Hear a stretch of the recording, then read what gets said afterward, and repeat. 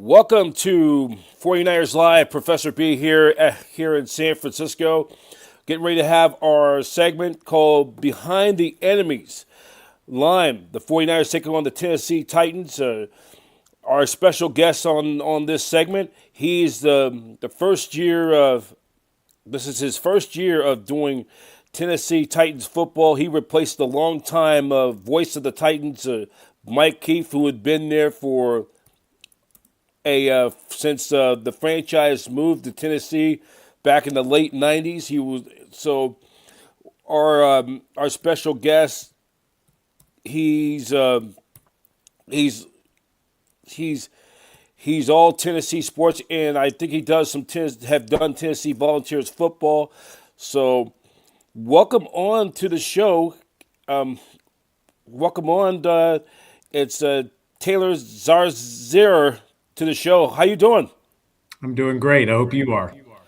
Well, you replacing a legend, longtime voice Mike Keith, who was the longtime voice of the Titans, who was there since the franchise inception, was there in 99, 25 years ago, the miracle play that in that wild card game against Buffalo that sent the Titans all the way to the Super Bowl, where they fell just a buck short against the Rams.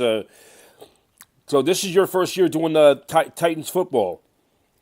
Yeah, it is, and it's a dream come true to be able to do the games. I've had an incredible time so far. Obviously, on the field, the team is going through a pretty big transition, but excited to get to do this for many years to come. I've, as you said, been doing SEC football and do a lot of PGA Tour golf. But to get to be the voice of the team in a town that I love is an absolute dream come true. That is so awesome. You just tell me your background. You did Tennessee Titans football or Volunteers football. How long you've had connections with that? Yeah, I've been doing all of the SEC for SEC Network on television for the last 12 years, and have had a lot of fun doing that.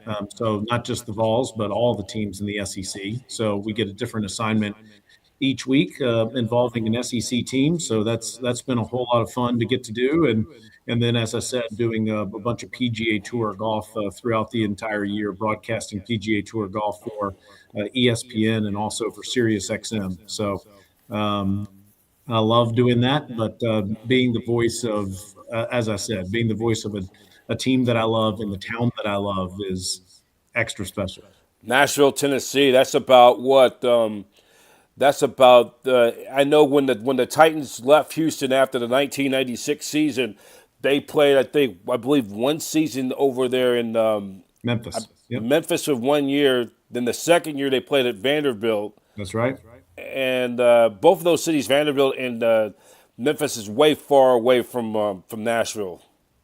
Memphis is. Memphis is. Vanderbilt is in Nashville. So Vanderbilt's just down the street from us, just down the Okay. street from where I live. And yeah, so it's been the talk of the town in 2025. The 10-2 Vanderbilt Commodores and a Heisman finalist with Diego Pavia. I was fortunate to get to call a couple of his games this year for television, and that was a lot of fun. So, but yeah, the team started when it came to Tennessee in Memphis, and then it moved a couple of hours away east to Nashville, and has been here ever since.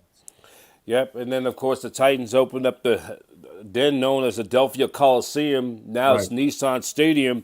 Were they in their first year in that new stadium? They end up going all the way to the Super Bowl. Yeah. Just fell just a buck short. One of my favorite running backs from that team was Eddie George. They fell just short in that Super Bowl to the Rams, the high-powered St. Louis Rams, and then they were competitive in the 2000s or late 90s, early 2000s. When Jeff Fisher was there, they went the next year. They had the best record in all of football, 13-3, and had the number one seed. Looked like they had a way better team than the '99 team. Had a chance to get back to the Super Bowl. Unfortunately, they fell to their rival, the Baltimore Ravens, in the divisional playoff, which Ray Lewis had the pick six that sealed that win away against the most dominant defenses in NFL history a quarter century ago. And then, and then of course they had a couple years of they lost some players to free agency, and then they were good again. And then more recently, was it 4 years ago, they had the number one seed in the AFC but lost to the Bengals. Yeah, they've had some real some fun years, as you just described, through the years, and the goal is to completely get back to that point again. And I think that with the new general manager that they have, Mike Borgonzi, who came over from the Kansas City Chiefs, he was their assistant general manager, with the great rookie class that they just drafted, highlighted, of course, by Cam Ward, but also includes Chim Dike, who leads the NFL right now in all-purpose yards. Kevin Winston has turned into a really good safety in his first year in the NFL. Gunnar Helm has been a great possession receiver so far this season as a rookie tight end. The goal is to draft like that again this offseason, the way they drafted this past year, and put a couple of those classes together with a new head coach and a really impressive front office that has Borgonzi, Reg McKenzie, and a bunch of others in it, then I think the Titans getting back to that championship level soon is something that fans should expect. Yeah, just tell me what happened with what happened over there with when I'm trying to think what happened when Mike Vrabel was there. Everything was going good, and then they parted ways with him, and then things just went south. I mean, they got them to the AFC Championship back in 6 years ago against the Kansas City Chiefs, and then of course the Chiefs went to the Super Bowl. Super Bowl, I kind of like to forget, not once but twice, and 2 years ago. But go figure. But they end up playing the Chiefs at going back, and there was a lot of roots between those two rivals going back to the AFL years when they were the Houston Oilers. Yeah. But things went south after that. I mean, after 2021, 22, when they lost to the Bengals, who ended up representing the AFC in the Super Bowl. That was, I think. I mean, just what happened with the fallout with Mike Vrabel and the Titans. So, good thing was going on. Well, I mean, he did an excellent job, and you just documented those first few years and how they went. And obviously, Mike's gotten off to a great start in New England. I think that that's something that could be answered better probably by somebody that was here then. But I would say the biggest thing you have to do in this league is you have to draft well, and you have to draft well over and over again. It doesn't matter if you're the San Francisco 49ers, the Kansas City Chiefs competing for Super Bowls, or you're any other team in the league. You have to keep doing that if you want to put a championship level team on the field. And there were a few years where the Titans didn't have a bunch of draft picks that ended up participating for them. So I would think that's the biggest reason why. But honestly, I think all the attention that everybody in the Titans organization has now is towards the product that they want to put on the field in the very near future. Right, because and then also taking a look, going to look at the roster. I'm taking a look at the Titans roster. You look at this Cam Ward, the quarterback, which my college team, by the way, is the Miami Hurricanes. They're my college team, so anytime you have a Hurricane on a different team in the NFL, I kind of like to represent my Hurricanes very well. So Cam Ward's numbers, I'm going to pull it up. It's looking at some of his numbers. He's thrown for 2,600 or 2,608 yards. He's thrown 9 touchdowns. He's thrown 7 interceptions. That ties him from 19th in the NFL. And he got the quarterback rating is like next to last in all of football, 30.9. Tell us more about Cam Ward. Yeah, Cam, as a rookie in the league, has taken every single snap this year, and I think that there's a huge benefit to him doing that, and that'll benefit him greatly in the future. I think, unfortunately for Cam, his downfield receiver, Calvin Ridley, only played in a couple of games this year due to injury and had a season-ending injury a few weeks ago. So that was a very big loss for him. And a lot of young players on the team on offense this season. They've had some injuries on their offensive line, but this is this is a developing offense. And I think everybody that's involved with the offense, especially Cam, would tell you that certainly all the experience that he's received this year is going to be helpful, but they have the future is what the Titans are thinking about offensively, and I think there are much better days ahead, statistically and from a wins and losses standpoint for Cam because of all this experience he's getting. Yeah, and then Mike McCoy, Mike McCoy, who is now the interim head coach. Taking a look at Mike McCoy, he's local guy here in the Bay Area with the San Marin High School. He's Yeah. the interim coach. Took over the so it's kind of a homecoming. The ex-Charger coach. He is currently right. I mean, looking at he's currently now the interim head coach, as he is right now replacing. He just replaced Brian Callahan, who was fired back to exactly 2 months ago this week. Almost 2 months ago, almost 8 weeks ago this week, or almost 2 months, 3 days this week, he was let go. And just tell you thoughts about Mike McCoy. Mike is a veteran presence that has a lot of experience and has been around the block, as you have said. And he was a great assistant coach for the Carolina Panthers, the Denver Broncos, and then, as you mentioned, 4 years with Philip Rivers and the Chargers. He was the quarterbacks coach for Trevor Lawrence, most recently in Jacksonville the last couple of years. And having him as a great offensive mind on the staff is something that the Titans were excited about this season. And him stepping in as the interim coach brings a guy that has been in this position before and knows what to do. I think the culture with the Titans is really strong. To be honest, I mean, you look at 3 different games where the Titans were right there with a chance to win in consecutive weeks. I'm talking about the Chargers game, the Seattle Seahawks game, the Houston Texans game. They were right there in all 3 of those games. And unfortunately, a young team wasn't able to find a way to win those games, but they were right there with a chance each of those weeks. And last week against the Cleveland Browns, his team was excellent in all 3 phases, coming out with a victory. So it's good to see a guy like McCoy getting a win, and it was really good to see his team celebrate that. And they have a lot of momentum, I think, this week. I think that their spirits are really high as they head to play one of the best teams in the league. Well, I always tell a lot of people they still got to go out and play the game. Any given Sunday, the Niners are playing for a lot. In contrast, I mean, they're right now on the spot for the playoff spot. If they could try to win out, they got the Charge. I mean, they got the Colts because they just signed Philip Rivers. That's not going to be an easy game the following Monday night because looking at my stats, Philip Rivers have never lost to the 49ers going back in his time with the Chargers.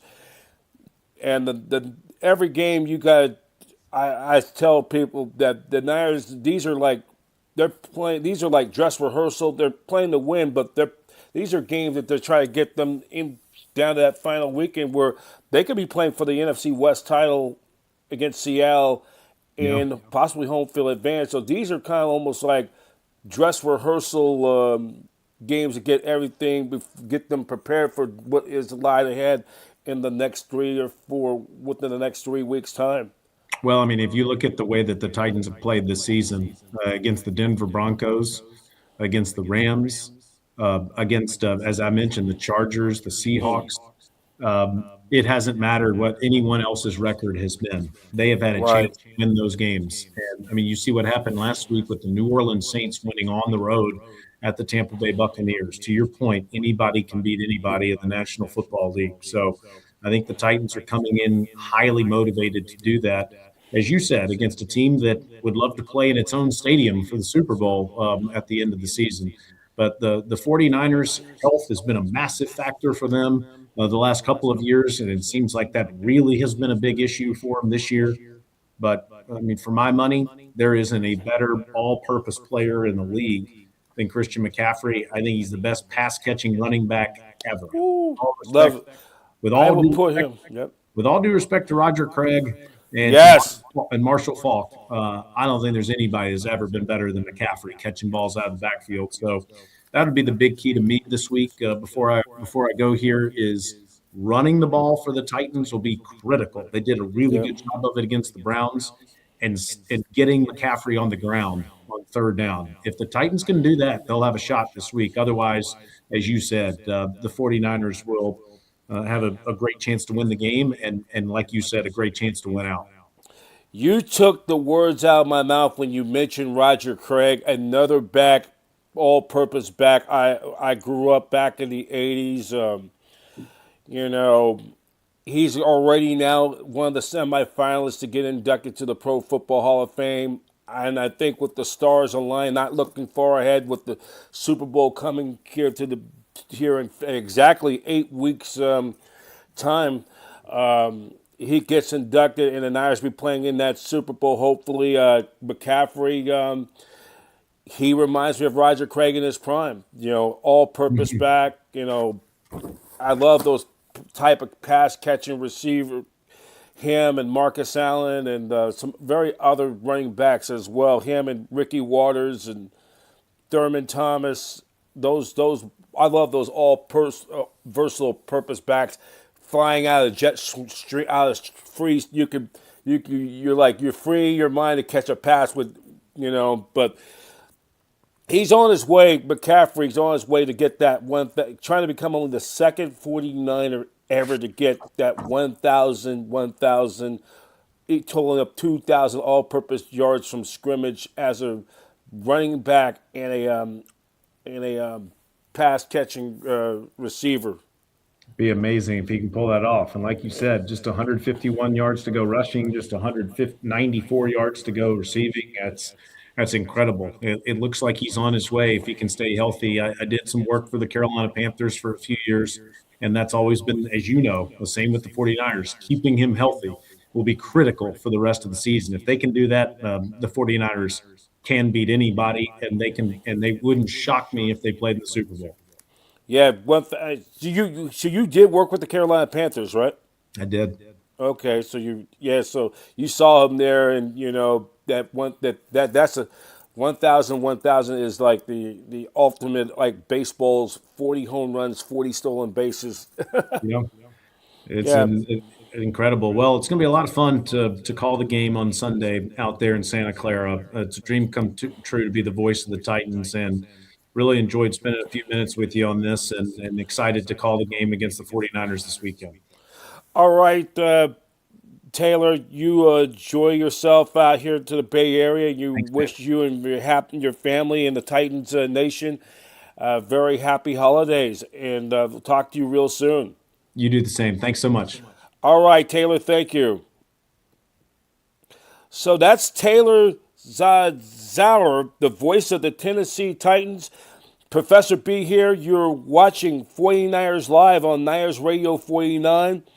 You can check us out on youtube.com/@NinersRadio49. And as always, you can click the subscribe button. In case you just tuning in, you missed this podcast, you could watch it again. So great time right now. We thank you for watching our Behind the Enemy Line segment with Taylor Zarour, the voice of the Tennessee Titans, his first year there. I'm the Professor B. You're watching 49ers Live, our Behind the Enemy segment on Niners Radio 49.